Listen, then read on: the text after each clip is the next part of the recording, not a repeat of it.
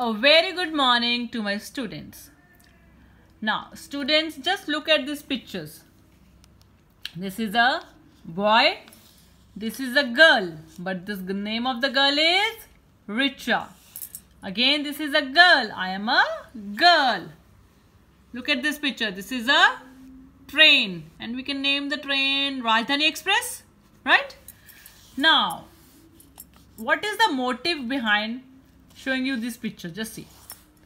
We know that nouns are the names of things, persons, places, animals, and even ideas. Now, examples: girl, boy, Tarun, Arun, table and chair. Now, these all are the nouns, different kinds of nouns. Now, this is the girl. Name is not given. But if name is given, then this becomes proper noun. And if name is not given, this becomes common noun. So there are different kinds of nouns that we are going to study about. So the first one is common noun. Second is proper noun. Third is abstract. And fourth one is collective nouns. Now from the word itself, common means something very common, not special. Proper, something very special. Abstract, ideas. Collective, groups. Now, common and proper nouns. Now, just see. The boy lives in a city. If I say, Rahul lives in Chandigarh. Now, just see. One example is, boy lives in a city. I'm not giving any particular name to the boy and not particular name to the city. But if I give boy Rahul and city Chandigarh, then it becomes special. Understood? Now just see. Vishal lives in Hyderabad. Now, in sentence 1, boy and city are the common nouns. Why common? Because no name is given to them. But in sentence 2, Vishal and Hyderabad are proper nouns. Why? Because proper names are given to the boy and a place. Now, common nouns give common names to persons, animal, places or things. But proper noun gives a special names to a particular person, animal, place or things. Now just see, these are the common nouns. Country, boy, girl, river, month. But name of the country, India. Name of the boy, Vishal. Name of the girl, Richa. River, Ganga. Month, January. Understood? Now just see, the proper nouns are starting with capital letter. Again I am repeating. Proper nouns are starting with capital letter. Now circle the common noun and underline the proper noun. What are you going to do? Circle the common. Doctor, hospital. Name of the doctor is not given.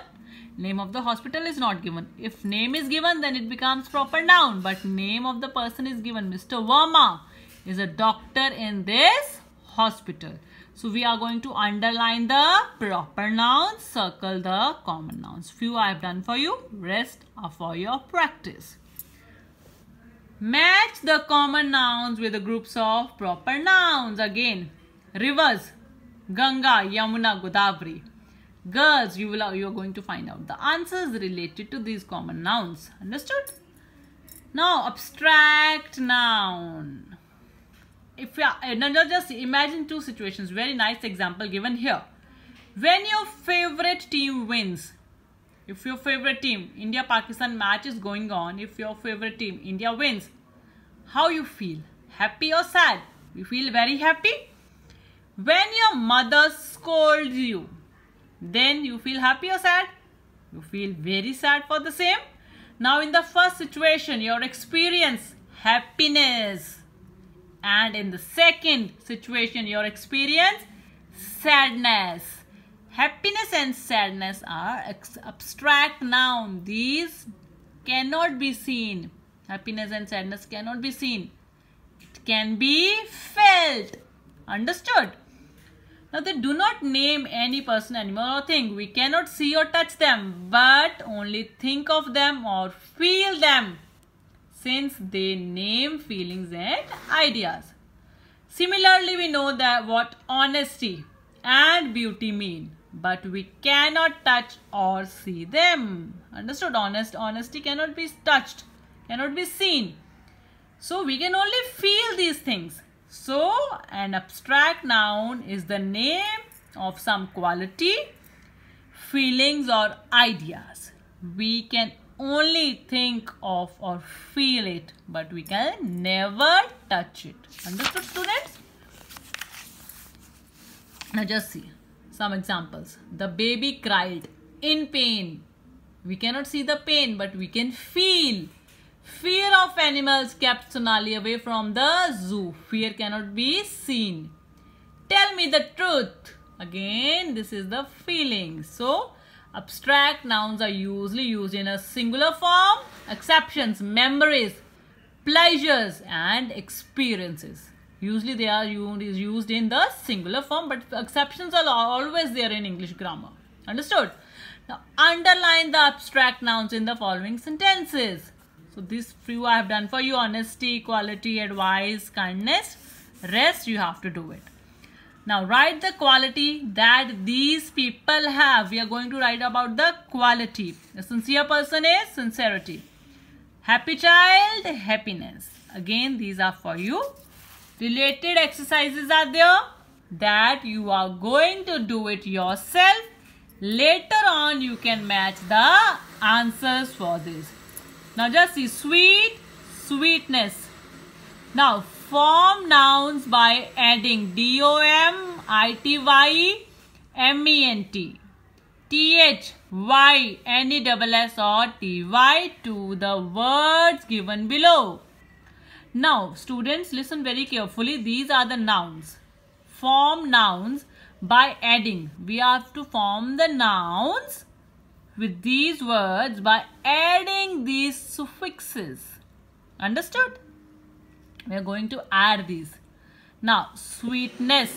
When we add NESS with sweet, it becomes sweetness. Honest. When we add TY, it becomes honesty. When we add TH with grow, it becomes growth. First of all, you will do these. Based on these, fill in the blanks with abstract nouns formed above. We have to, what we do, we have formed the abstract nouns. We cannot see sweetness, we cannot see honesty, we cannot see growth. We can only feel them.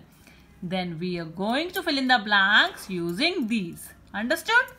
Now collective nouns. Collective, from the word itself, it is very clear.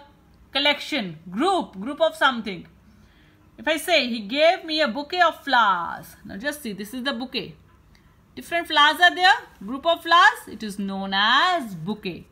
A flock of sheep was grazing in the field. When we see many sheep together, group of sheep, we don't say many sheep, we say flock of sheep. Now, a noun that names a collection of persons, animal or things. These are called, as a whole, we call them collective nouns. There are different examples of collective nouns. Groups of something, a fleet of ships, a string of pearls. Understood? A brood of chicks. A brood of chicks. We can see that. Group of chicks are known as brood of chicks. So different examples are there. You're going to learn these properly. This is to be learnt by heart. Understood? Then after learning these, you will underline the collective nouns. 1, 2 I have done for you. Then you will fill in the blanks with collective nouns. This again exercise for you. Again, now just see. Some other kinds of nouns. We have done, first of all, let's revise. First of all, what we have done today. Common noun. We have done proper noun. Then we have done abstract noun. Then we have done collective noun. Common, something not special. Proper, something special. Abstract, that can only be felt, cannot be seen. Collective, a collection of something, a group of something. Now we have countable and uncountable nouns. Very easy. Countable itself, that we can count. Uncountable, that we cannot count. Now just see, eggs can be counted, pencils can be counted, books can be counted, but salt cannot be counted, milk we cannot count, sugar we cannot count, even bread we cannot count. Now just see, we don't say 2 bread, we say 2 slices of bread. Understood? Now nouns which can be counted are countable nouns. Understood? That cannot be counted are uncountable noun, like bread, food, milk and salt. Very easy. Now just see, though we cannot count uncountable nouns, we can count them in some another manner. How we can count 2 bread? We don't say 2 bread, we say 2 slices of bread. 3 tea, we don't say 3 tea, we say 3 cups of tea. Again, we don't say 2 soaps, we say 2 cakes of soap. Understood, students? Again, related exercise. Do it carefully, then match with the answer key. And always listen to whatever your teacher sends very carefully. Thank you, students.